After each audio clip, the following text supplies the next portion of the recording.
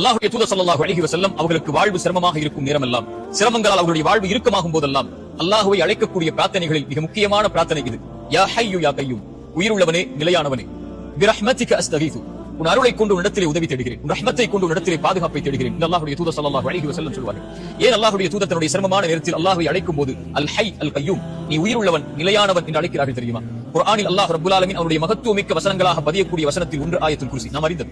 அந்த ஆயத்துல் குர்சியில் அல்லாஹ் அவருடைய தன்மையில் மேன்மையான தன்மையை கொண்டுதான் அந்த வசனத்தை துவக்கம் செய்கிறான். அல்லாஹுல் லதி லா இலாஹ இல்லாஹு அல் ஹய் அல் கய்யூம், அவன் உயிருள்ளவன் நிலையானவன் என்று அல்லாஹ் ரப்பல் ஆலமீன் அவருடைய மகத்துவமிக்க வசனத்தில் அல்லாஹ் கூறும்போது அல் ஹய் அல் கய்யூம் அல்லாஹ்வுடைய மகத்துவமிக்க தன்மைகளில் ஒன்று.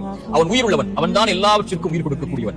மரணித்ததற்கு பிறகு மீண்டும் அவன் தான் உயிர் கொடுத்து எழுப்பக்கூடியவன். இறந்துவிட்ட உள்ளங்களுக்கும் சரி, இறந்துவிட்ட வாழ்விற்கும் சரி, உயிர் வேண்டும் என்றால் அல் ஹய் அவன் உயிர் கொடுக்க வேண்டும். அல் கய்யூம் நிலையில்லாமல் வாழ்வு தடுமாறும் போது, வாழ்வு அங்கும் இங்கும் ஏறி இறங்கும் போது, சிரமங்களால் வாழ்வு சூழப்படும் போது, இருள்களை கொண்டு வாழ்வு அடைக்கும் போது அல் கய்யூம் அவன் ஒருவன் தான் அதை நிலைப்படுத்த முடியும். அதனால் தான் அல்லாஹ்வுடைய தூதர் சொல்வார்கள், யா ஹய்யு யா கய்யூம், உயிருள்ளவனே நிலையானவனே, பிரஹ்மதிக அஸ்தகீது, உன் அருளை கொண்டு இடத்திலே உதவி தேடுகிறேன்.